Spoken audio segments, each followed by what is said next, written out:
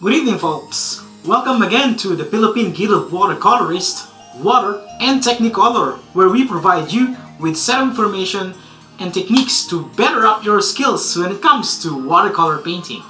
Now, in today's episode, we are going to come back with our guest, that is Miss Bianca Borlagdan Lustre, to teach us all about her previous techniques with watercolor.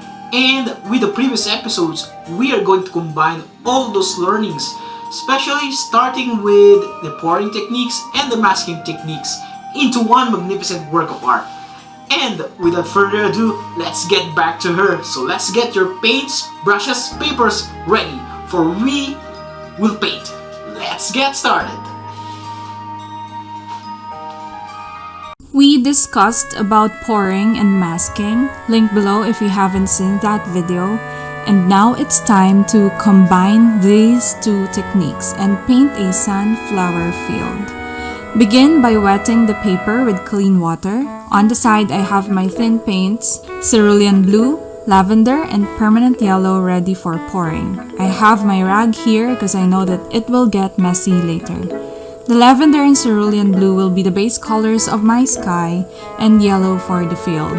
And since I cannot control this completely, I'll just let it be if some of those colors spread somewhere unintended, just like what the yellow did. Let this dry and let's apply our masking fluid.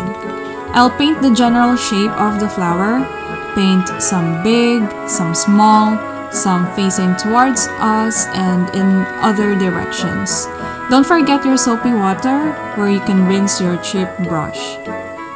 Let us know in the comments below what brand of masking fluid you are using. Which one do you prefer, or what do you recommend?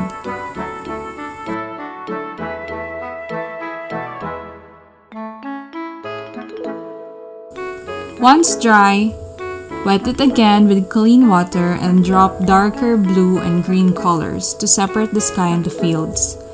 I'm using ultramarine blue for that lovely granulating effect, Hooker's green and a bit of green apatite, another granulating color. Tilt your paper in different directions to cover the areas that you want. Let this dry and remove the masking fluid. And now, with thicker permanent yellow, I'll color in my flowers and drop burnt sienna at the center of those sunflowers. The lavender should have been part of that sky and not as the base color of these flowers, but I wasn't able to control it earlier, so I'll just leave it to be. Using Hooker's green again, I will paint in the leaves and build volume with semi-abstract shapes.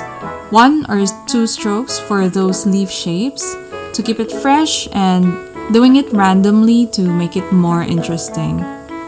Going darker at the center of these sunflowers with burnt umber plus ultramarine blue.